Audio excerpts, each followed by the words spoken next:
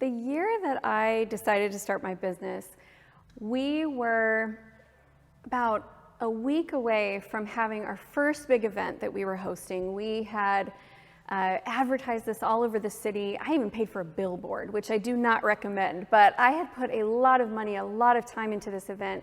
And 1 week before, my nephew passed away from RSV and other health complications. He was a pretty medically fragile boy. And as I was with my sister, and we're there mourning and we're grieving and talking about his arrangements and everything she needed help with, she said, "Amy, you need to take your baby to the hospital, like he's not breathing well." And so I drove from my sister's house straight to the hospital with my newborn. And now I'm in the hospital because my son has been diagnosed with the same thing that my sister's little boy just passed away from.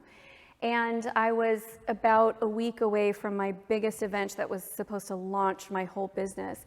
And I remember in that moment feeling like this was all a lot. You know, I had started this business with a second grader, a kindergartner. So I had started this business with a fifth grader, a second grader, a kindergartner, an 18-month-old, and a newborn. My husband was working full-time. He was going to school during the days. We literally never saw him. And then now I'm in the hospital, and I'm a week away from having this event. And I had to get to this point where I would tell myself, it's okay to hold on to two things at the same time. It's okay that I'm really sad. It's okay that I'm worried about my baby.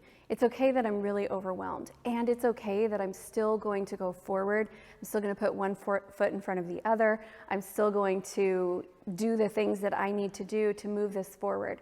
And I remember in that moment that there were so many people in my life who were saying, you know, just be with your child, just be completely present there. Don't even worry about everything else. And I was like, well, that's because you are not the one who's going to be paying, you know, $30,000 on Saturday for this big venue and all of this stuff that's going on. You're not the one whose name is on the line.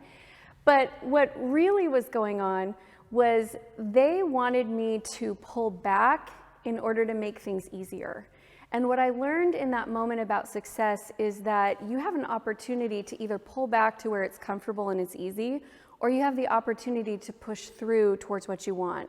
And I knew what I wanted. I knew I wanted a business where I could put my family first. I knew I wanted to make an impact.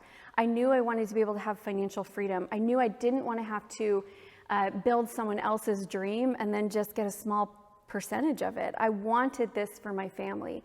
And so in that moment, I got to say to myself, Amy, don't tell me what you can't do. I get it. Baby's in the hospital. I get it. You're super sad. What can you do to make this work? What can you do to bring this together? I wouldn't want to go back to that year again. It was hard launching a business in all of those circumstances. We had other family deaths in the year, that same year. I wouldn't want to go back and do it again, but I am so grateful for that Amy who showed up and did the hard thing and pressed through and learned that you can hold two things at the same time.